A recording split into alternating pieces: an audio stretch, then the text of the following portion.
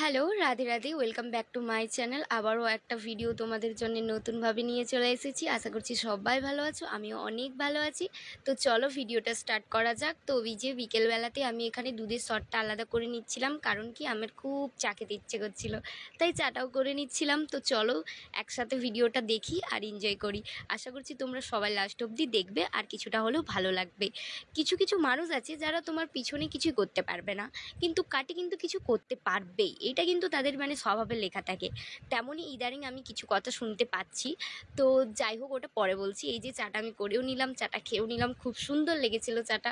সত্যি বলতে কিছু কিছু মানুষ এমন হয়, মানে ভাবে আরে এগুলো দেখাচ্ছিস, এগুলো দেখিয়ে তুই তো ফিল্টার দিস না, তুই যেরকম ওই রকম করে দেখাস কেন, এটাতে কিচ্ছু হবে না, কি করিস। আসলে বলছি রান্নার ভিডিও করিস, এরকম ওই রকম অনেক কথা আমাকে খারাপ শুনতে হয়। সত্যি বলতে তোমরা বলো, আমার থেকেও কিন্তু অনেক মধ্যবিত্ত বাড়ির মেয়ে আছে, তারাও ব্লগ ভিডিও করছে, তারা এমনকি আর্নিং করছে, এখান থেকে ভালো ইনকাম করছে, ভালোভাবে আছে।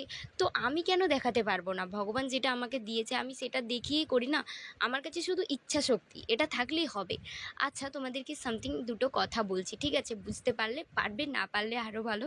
তো যে 2 টাকার কলম দিয়ে এক্সাম লিখছে, সেও কিন্তু খাতাতে লিখছে প্রশ্নর উত্তরটা, ঠিক আছে?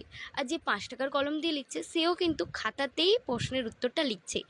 কেউ কি 5 টাকার কলম দেখে তাকে আলাদা রুমে বস করালো, 2 টাকার কলম রেখে তাকে আলাদা রুমে বস করিয়ে এক্সাম দিল? এটা তো কোনো দিনও হয় না, তাই না?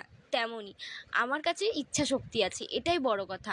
আমি ইচ্ছা শক্তি নিয়েই যাই না। আমার কাছে কীরকম ভালো রান্নাঘর আছে, ভালো বাড়ি, ভালো গাড়ি, মানে এইসব আছে।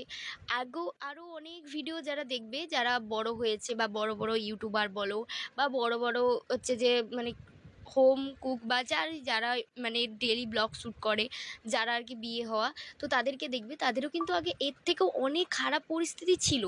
তারা এরকম করে করেই কিন্তু নিজেদেরকে আরও উপরে তুলেছে, তারপরে তাদের কিন্তু ভিডিওগুলো তোমরা দেখছো। হয়তো তখনকার দিনে হয়তো মানে এতটা ভিডিওর মানে চল ছিল না, আর সবাই ব্লগ দেখতো না, ব্লগ শ্যুট করতো না।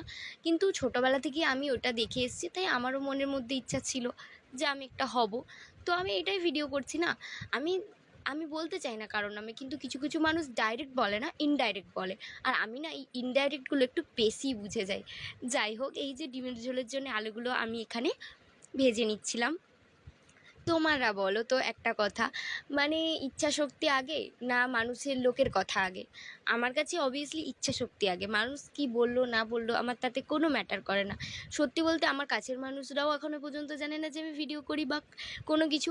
আমি যদি সফল নাও হই, আমার এটার জন্য তো জীবন, আমি কোনো দিনও কোনো ব্যাপারে সিরিয়াস না। আর আমি এটার সত্যি কথা বলছি, এটাতেও আমি কোনো সিরিয়াস না।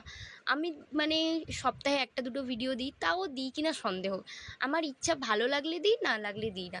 তেমনই এটাকে আমি প্রফেশনাল হিসেবে যে ভেবে নেব, এরকম কোনো ব্যাপার না। আমি পড়াশুনোও করছি, তার সাথে সাথে আমি নিজে একটা ক্যারিয়ার গড়বো, এটাও ভেবেছি। জাস্ট এটা একটা আমি মানে আমার ভালো লাগা যে আমি ভিডিও দেখতাম, এখন আমি করব নিজে। তো আগেও আমি কোনো দিন ভিউজার ছিলাম, তো এখন আমি নিজে ভিডিও করছি। তো সেখান থেকে আমার খুব ভালো লাগছে।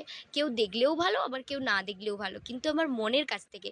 আমি তো এই মানে একদম এটার উপরে ডিপেন্ডেন্ট নই যে এটাই করি না, পড়াশোনা ছেড়ে দিয়েছি, এরকম কোনো ব্যাপার না। পড়াশুনোও করি, তার সাথে সাথে ভিডিওও করি। খুব রেয়ার মাসে 1-2 ভিডিও দেই, তাও দিই কি দেই না, ঠিক আছে? তো যাই হোক, আশা করছি কোনো খারাপ দিক থেকে তোমরা মানে কথাটা নেবে না। আমি সবার জন্য কথাটা বলিনি, ঠিক আছে? তো আমার ভিডিওটা কিছু ভালো লাগে থাকলে একটা লাইক করে দিও, একটা শেয়ার করে দিও, একটা কমেন্ট করে দিও। আর আমার ফেসবুক থেকে দেখে থাকলে ফলো করে দিও, আর যদি ইউটিউব থেকে দেখে থাকো তাহলে একটু সাবস্ক্রাইব করে দিও। টাটা।